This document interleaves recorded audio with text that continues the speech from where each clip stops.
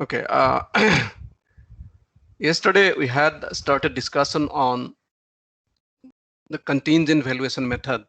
Basically, it's part of the stated preference approach, and we said that there are different stages of carrying out a kind of contingent valuation method of estimation of non-market values of environmental amenities, and these are basically five in number: setting up of the hypothetical market, obtaining means, and estimating mean WTPN or WTAC, estimating bid curves, aggregating the data. Of course, another thing is that, so that is validating the WTP values. Basically, there are a lot of instruments through which validity checks can be carried out of the authenticity or reliability of the WTP values. So another stage will be carrying out the validity checks.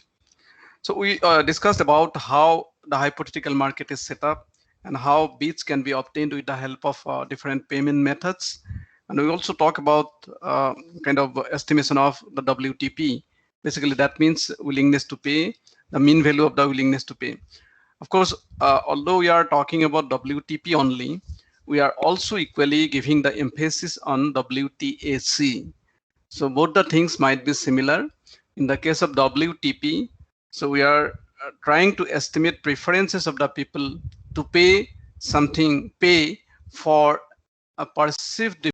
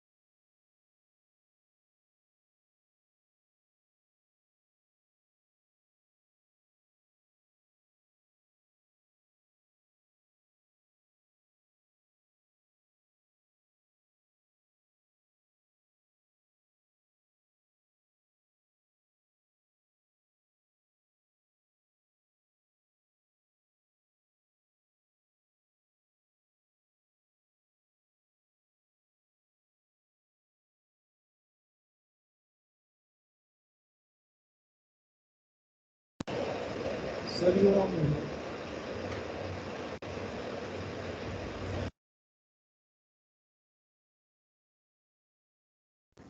Excuse me, sir.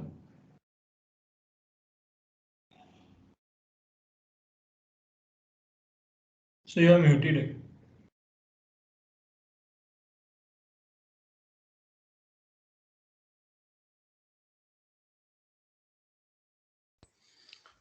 Can you hear me? Yes. Yes, sir. Okay.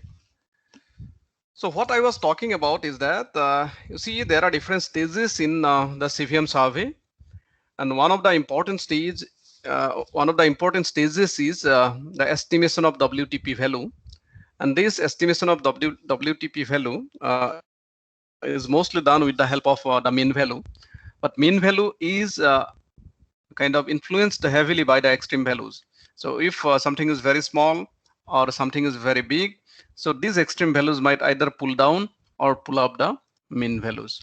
So that is why many a time the median values are preferred over the mean values, because it is not influenced heavily by the extreme values.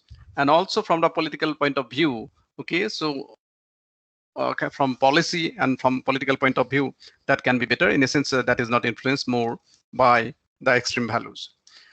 But the fact is that when we are talking about a survey, surveys are conducted based on certain sampling population or sample. So sample is drawn from a sampling frame, in a sense, you can say. So from population. Population is the universe of the study. In a sense, if we are talking about city dwellers, for which actually we are talking about improving the quality of the heritage buildings or old buildings. So all the city dwellers will be part of the benefits that will accrue because of this type of an exercise by the municipality administration. But it is not possible for us to carry out a kind of census kind of a thing to know the preferences of the people of each and every person in the city. So that is extremely difficult thing. It's an impossible task. So that is why what is normally done. So we go for sampling, and in the sampling we normally try to include representative or maybe people who can represent the entire population. So that is why we talk about representative sample. But many a time it may not happen so. So there might be kind of some biases because in the city there might be so many stages or so many kind of clusters, so many differences insofar as different groups of people are concerned.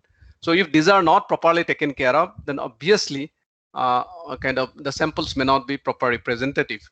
So in this case, so that is why, so the characteristics which will be actually estimated on the basis of the sample values. So whether these sample values represent properly the population values or population characteristics. So that is important. So that's why the next stage is to talk about the aggregation of the data. Now, when we talk about aggregation of the data, basically we try to find out the sample statistics, whether they can adequately represent the population parameter or not, or in essence whether it can be a better representation or maybe adequate representation of population parameter. That is the question. So that is done with the help of certain statistical kind of results. We normally look into that, but there are certain issues out here. So in the case of aggregation, so basically three issues people talk about. One is the choice of the relevant population. So I have already mentioned that actually in the case of survey, we are concentrating on the sample population.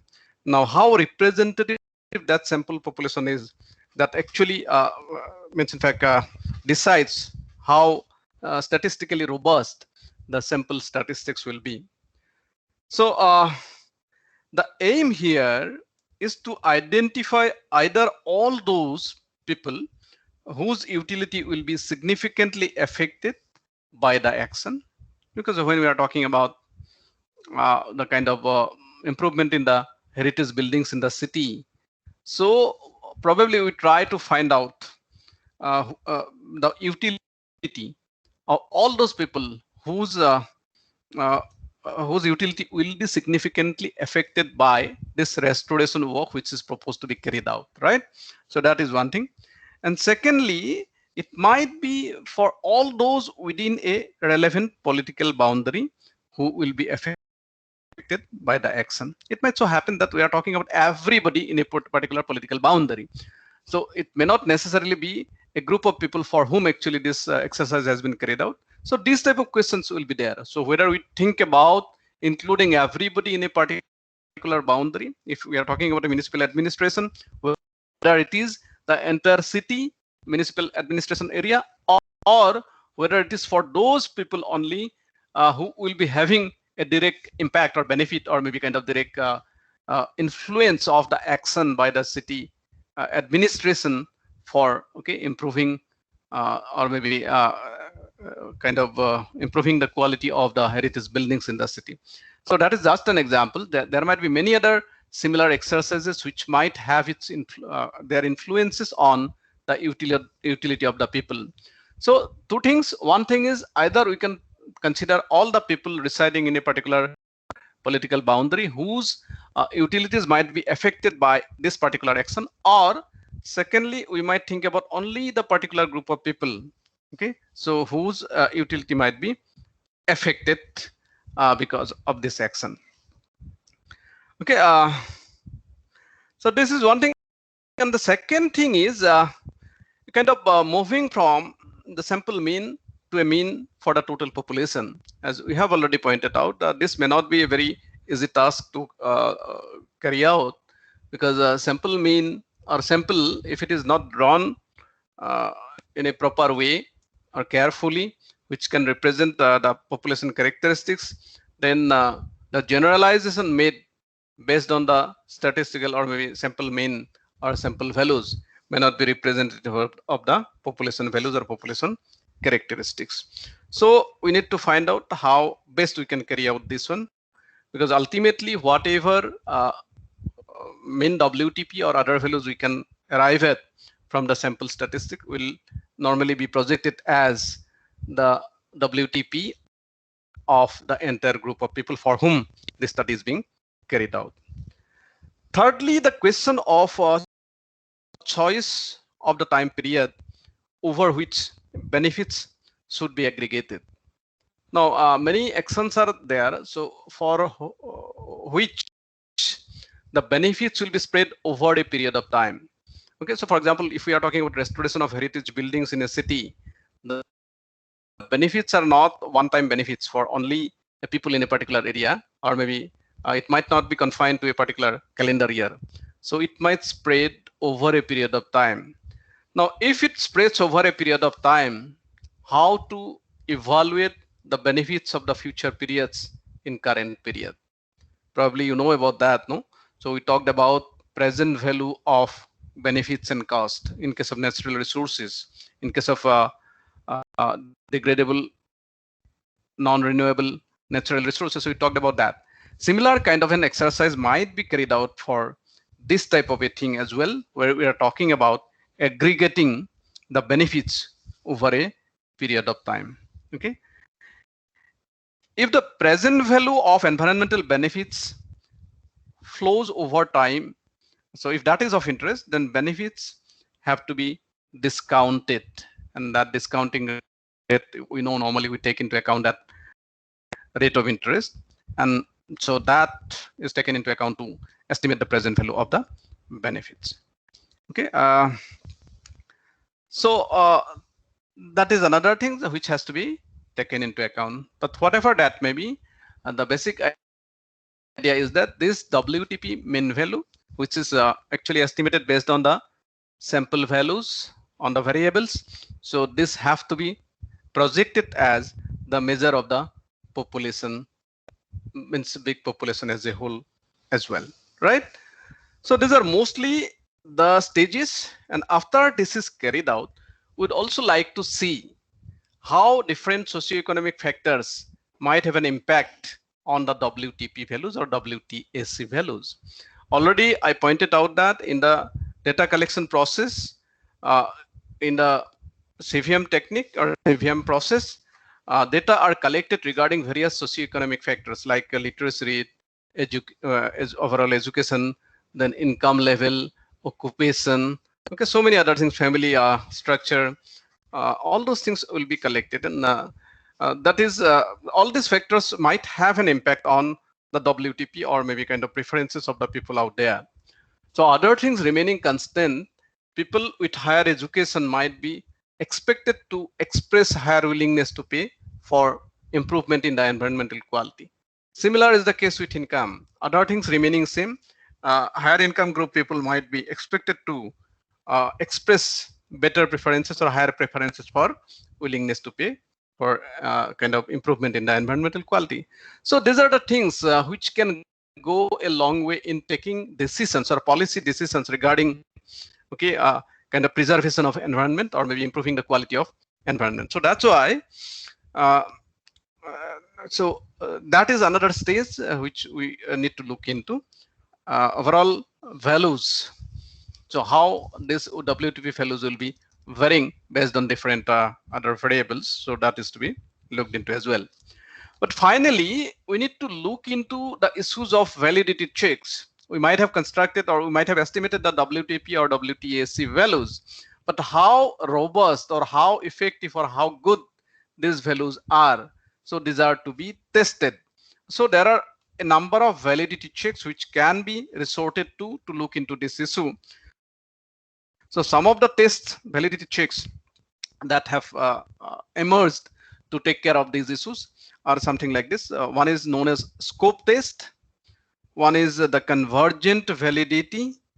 One is the calibration factors, protest rates, and the last one is the construct validity. In essence, we can say that there are 5 different validity checks which can be adopted to see so whether the estimated values of willingness to pay or willingness to accept are robust or good enough to take into account the society's preference as a whole or not. Now, in the case of scope test, this consists of examining whether willingness to pay value varies significantly with the quantity on offer. Now, normally, you see, so when you talk about WTP, this is a kind of stated preference approach. We ask people about their preferences and accordingly they will put some values. And many a time they do not have a kind of starting value. So there is a starting point bias. So they might be expressing anything as they feel so. So that is why it might so happen that the WTP values might be arbitrarily high or might be arbitrarily low. Now, so it should not so happen that you see WTP, which is expressed, which is estimated on the basis of a survey, contingent valuation survey, is kind of varying based on the quantity, and that is inconsistent. It should not happen like that. For example, if we are talking about protecting wetlands in a particular country, for example, in India. So India has a lot of wetlands, and the willingness to pay for protecting all the wetlands should be much higher. Now, the value that we can estimate on the basis of the contingent valuation method, so that should be consistent here as well. So that basically means the willingness to pay value for protecting all the wetlands in the country should be definitely higher than the willingness to pay value for protecting wetlands in a particular state, for example, West Bengal. Okay, if it doesn't happen, so we cannot say that this value is, or maybe this WTP value is consistent. I believe you could understand that. So idea here is that willingness to pay to protect all wetlands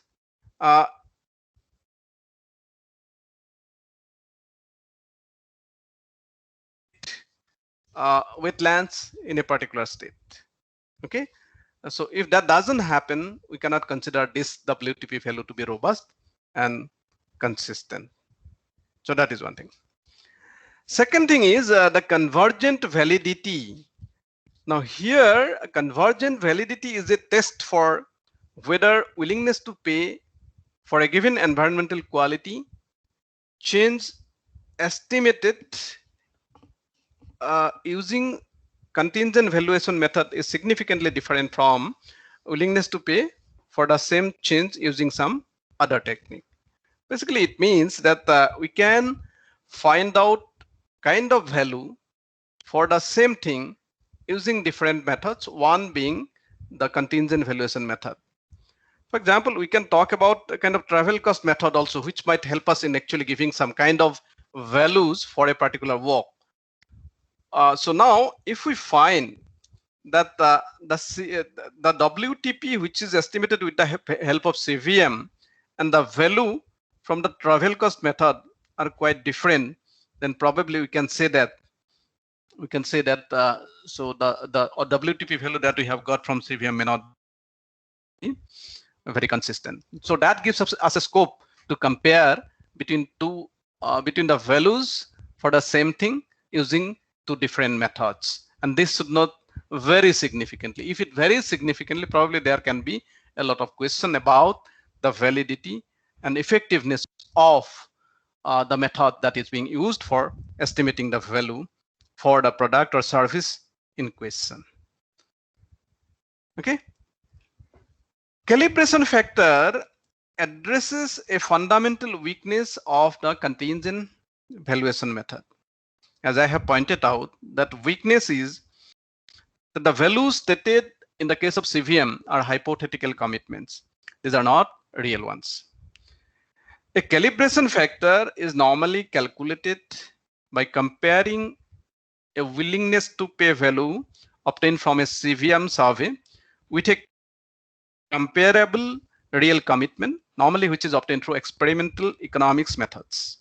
There are certain ways, actually, the experimental economics methods have become very popular. So certain experiments are being carried out from which some ideas can be, so people can have some idea about people's preferences over certain goods and services. And then these values can be compared.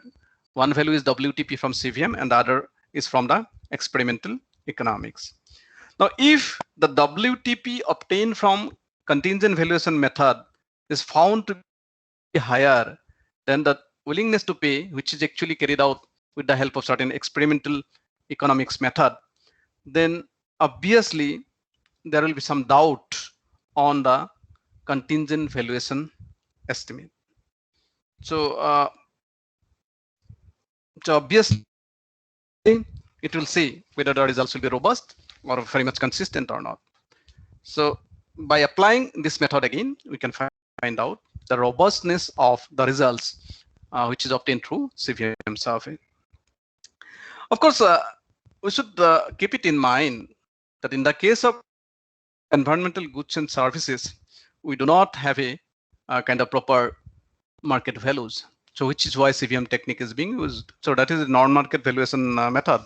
So, so obviously it may not be possible for us to find out a kind of better representation for the values of the goods or services in question, because this cannot be marketed properly. So that is one thing. So that's why we cannot always claim that the CVM always will be producing willingness to values which will be too big. Okay, so the issue is that the calibration factor might be varying according to the nature of the good and also the nature of the valuation market, and that is why it may not lend itself to proper generalization. So that is another issue. So yes, obviously there will be differences insofar as this valuation is concerned when this is carried out through two different methods. One is the CVM technique and the other one is the experimental economics method. The fourth validity check is considered to be protest rates. So we talked about protest responses on previous occasion. Protest rates are basically the percentage of responses which are protest bits. Protest bits, we said, no? Protest responses which are actually kind of zero values for WTP.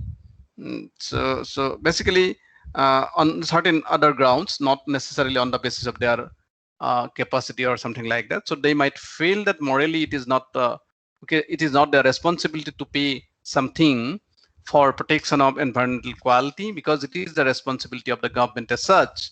So so that gives us the protest responses, and we try to find out what percentage of the total responses will be protest responses, and accordingly we define protest rate, which is nothing but the percentage of responses which are protest responses or protest bids. Now normally we say that too high a protest rate is not a good indicator of kind of robustness of the CVM WTP. Of course, when you say too high, that is a subjective question again. How high is high, or how high is too high? That is a question. But the thumb rule is that if the protest rate is higher than 50%, so that would imply that something is wrong with the design of the hypothetical market. Okay, so people may not have found it to be believable or may have found it morally objectionable. So that is why the protest responses are high, protest rates are more than 50%. So that is a kind of rule of thumb. So more than 50% of protest rates will obviously not be a good representation of the validity of the WTP result. Finally, we talk about the construction validity thing. So our construct validity basically is associated with the construction or designing of the technique or method of kind of likely relationship. In a sense, we can say so. In many cases, what we do, we try to have a kind of regression result or maybe equation. So where we try to estimate the influence of certain variables on a dependent variable kind of a thing. So we try to find out a likely relationship between the variables.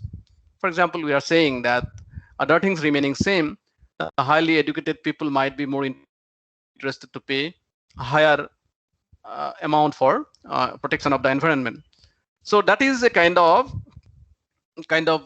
expected relationship between the variables. Basically, so education and willingness to pay should go together, so they should have a positive relationship. Okay, so now if it so happens that okay, these values are not coming out to be the validity of the results out there.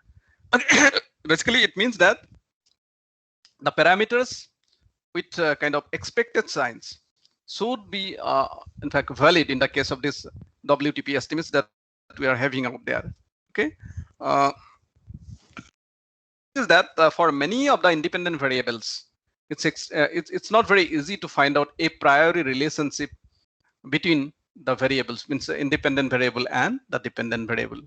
Okay, in some of the cases it is not possible. For example, if we take into account suppose social categories as the independent variables, so it's difficult to say whether these social categories, okay, so we'll be having a kind of definitive relationship with the dependent variable. In this case, the dependent variable might be WTP. So in those cases, it becomes difficult to see whether it has passed the construct validity test or not. But otherwise, for those variables for which actually we can find out a kind of a priori expected relationship we can think of. So in those cases, by comparing whether those expected relationship has been found to be valid in the particular CVM test. So based on that, we can see whether the WTP values estimated has been robust or valid or not. So that way, in fact, so all these validity checks have given a scope to see whether the results obtained through the contingent valuation method are good enough to be considered to be the value of the goods or services in question. Okay. Now, if we look at the overall contingent valuation method, what we can find is that this method has a number of advantages. You see, first of all, so this is an indirect method, so where stated preferences of the people are collected or obtained. It has some advantages. It has some disadvantages also. What are the advantages? How can we find out the advantages? Can you see or can you find out some advantages of this contingent valuation method?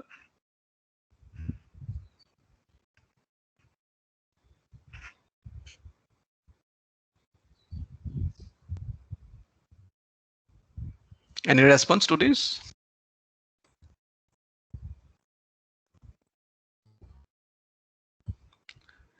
You see, one of the advantages of this contingent valuation method is that it has wide applicability. It's not necessary that this method has to be used only in case of specific environmental situations. Yes, in the case of environmental situations, we are in a position to get the responses of the people, and we can find out the kind of implicit values associated with those responses. But otherwise also, so it has a lot of application. For example, just giving you an example. So if you suppose if as an engineer you want to introduce certain new things or technical innovation in particular area or particular aspect, then you can find out whether people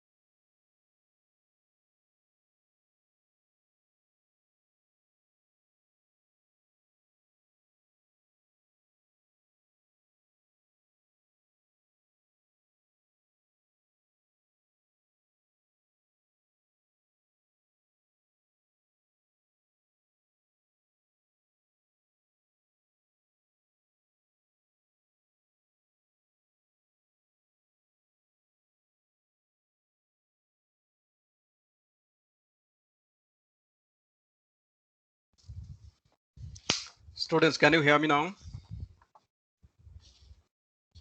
Yes, sir. I'm sorry, there was a kind of connectivity failure in the office. Actually, I raised a question. The question is, what kind of advantages can you see?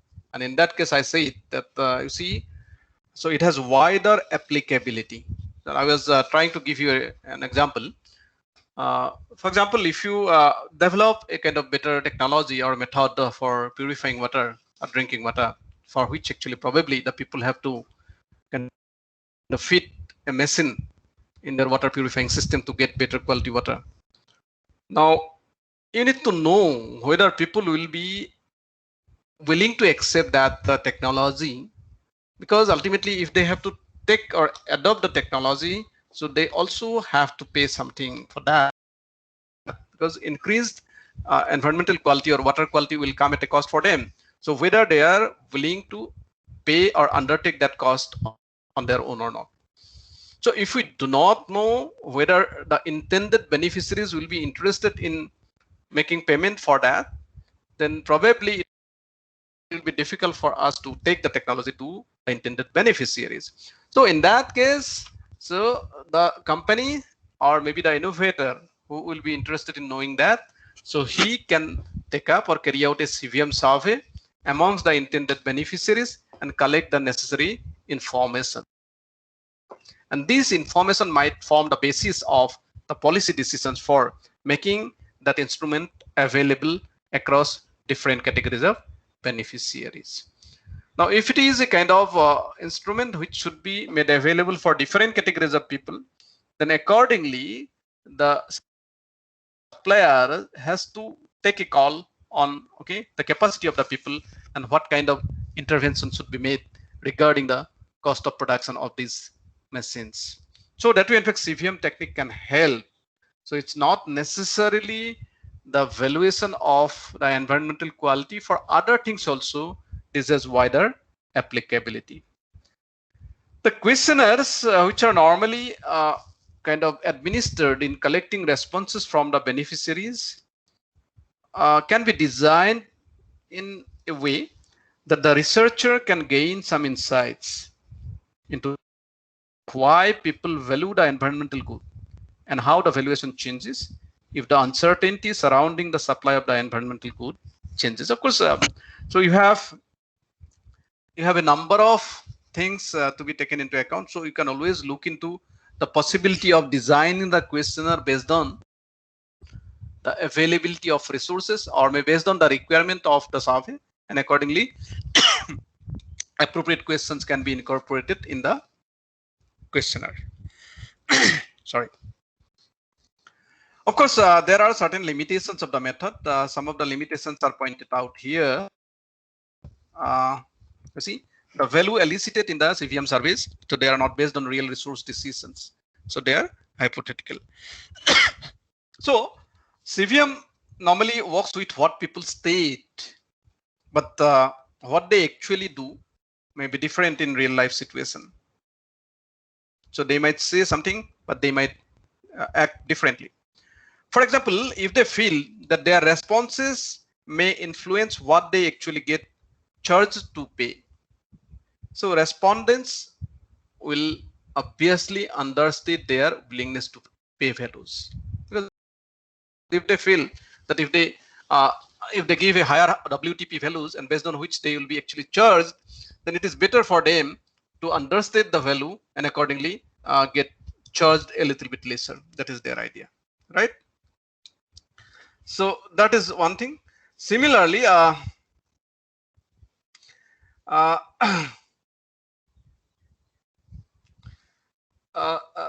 so in other cases, it might so happen that if they feel that their responses might influence the possibility of the supply of the good, but not what they will have to pay, then probably they will go for overstating their willingness to pay values.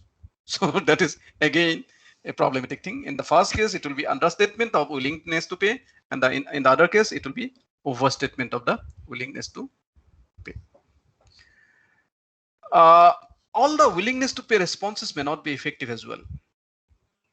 Okay, so what happens, we might be saying that I might be willing to pay this much, but ultimately, if I do not have enough of the resources out here with me, then probably will not be in a position to make the payment or kind of provide that much of value.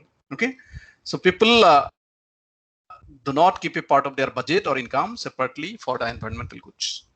So there is a possibility that the total amounts that they state as are willing to pay may be more than what they actually keep for such environmental good in a mental accounting process. This is a mental accounting process only.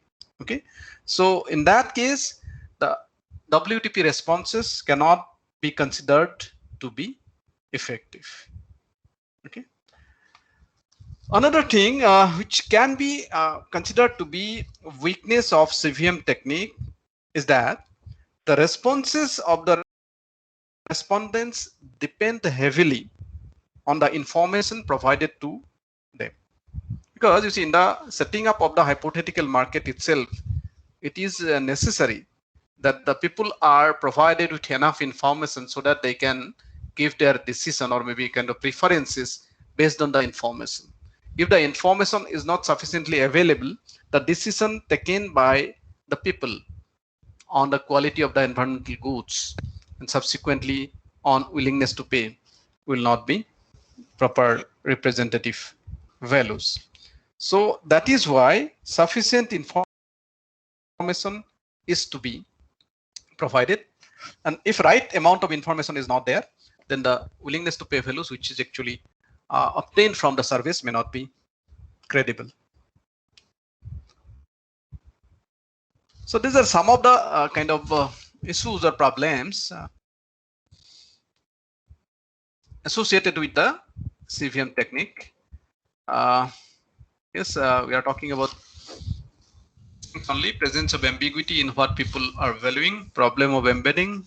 The problem generally pertains to the inconsistencies that people face when they are to value an environmental good versus a group of environmental groups when they are substituted. This is of course another different issue. The valuation of existence value, so that will come a little bit later, of course, not right now as of now. So these are some of the issues that are associated with the contingent valuation method. Once this is over, then we can move to some other techniques which are in the form of hedonic pricing technique and also the travel cost method. Do you have any question over here in CVM technique?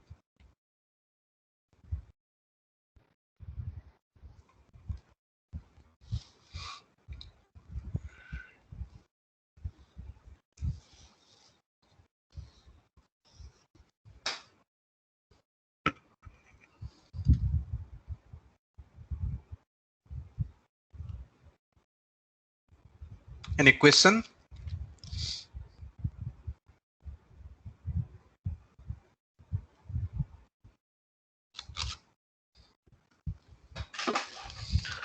So in that case, we can move to the next thing. So which is a kind of Revel preference approach.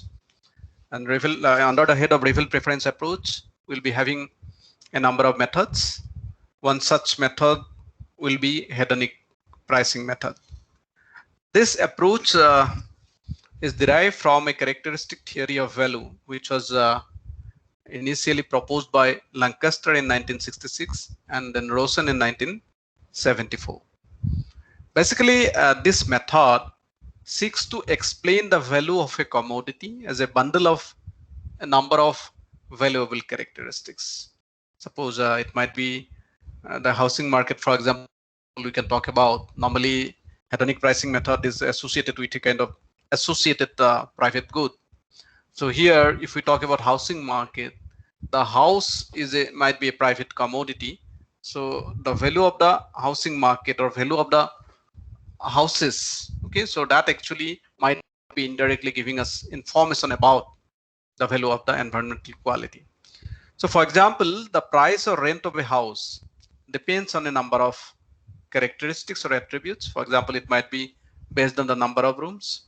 It might be availability of open space in the campus or maybe garden in the campus, proximity to shops or market, noise level in the neighborhood, air quality level, so many other things will be there.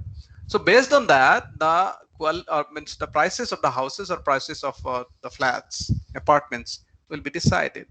So it might so happen that, as we pointed out already, the places where the air quality is good, noise level is less, open space is more, might be fetching relatively higher prices for the houses or maybe apartments compared to those so which might be much in the midst of the market, noise level is very high, air quality is very poor. So the additional premium that the people are willing to pay for better environmental quality, okay, so that will indirectly give us some kind of valuation of the environmental quality that we are talking about. So in that sense, that way, in fact, it's an indirect way of estimating the value of environmental attributes.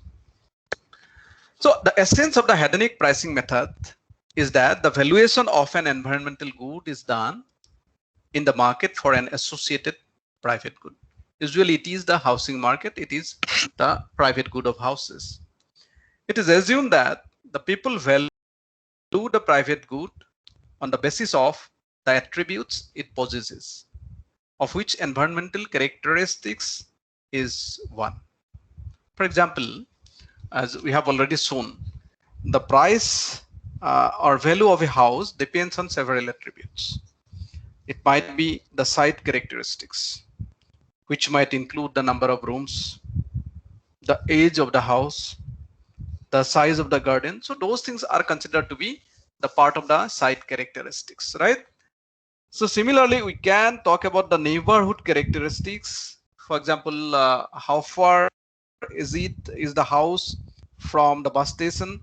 How far is it from a good local school? How far is it from the airport? How far is it from the railway station? So those things are kind of neighborhood characteristics, you can say so. And in that case, another thing is that this environmental characteristics. So three characteristics we can talk about. One is the site characteristics, one is the neighborhood characteristics, and third one is the environmental characteristics. In the case of environmental characteristics, as we have pointed out, it might be the case of noise level, it might be the case of air quality. So many things are there. So insofar as determining the house prices or housing prices, this environmental quality may play a very important role out there. Okay, so if somebody values peace and quiet area and wants to pay a premium for that, then he or she will have to pay more for a house in a quieter part of the town than for a similar house in a noisier part of the same town, maybe in a marketplace. So that actually represents the value for the environmental quality. So the procedure of the hedonic pricing method is something like this. So it proceeds by collecting the data on house prices along with data on site characteristics, neighborhood characteristics, or environmental characteristics. So these data will then be used to apply suitable statistical techniques, which will find out the effect of change of environmental quality on the price of house, keeping all other attributes constant. So they will be more interested in knowing the influence of change in the environmental quality on the price of the house. Okay, so that actually gives us some idea about the value of the environmental quality. For example, it might so happen that a 5% improvement in the air quality raises the price of the house by maybe 2% on an average. So which can then be used to work out the implied willingness to pay value in money terms for the air quality improvement. Okay, so if we see that there is a 5% improvement in the air quality, and that is actually resulting in the house price, an increase in the house price by 2% on an average. So that can be used to work out the implied willingness to pay value for the kind of environmental quality. And okay, so that way, in fact, we can find out the money values on environmental attributes, which are actually linked with the housing market. So mostly this is the kind of in a nutshell, this is the procedure insofar as dynamic pricing method is concerned, of course, this has been widely used to study the implicit prices of environmental attributes. For example, the change in air quality, noise, and proximity to waste sites and other things. So that actually gives us idea about the quality of environment in a sense.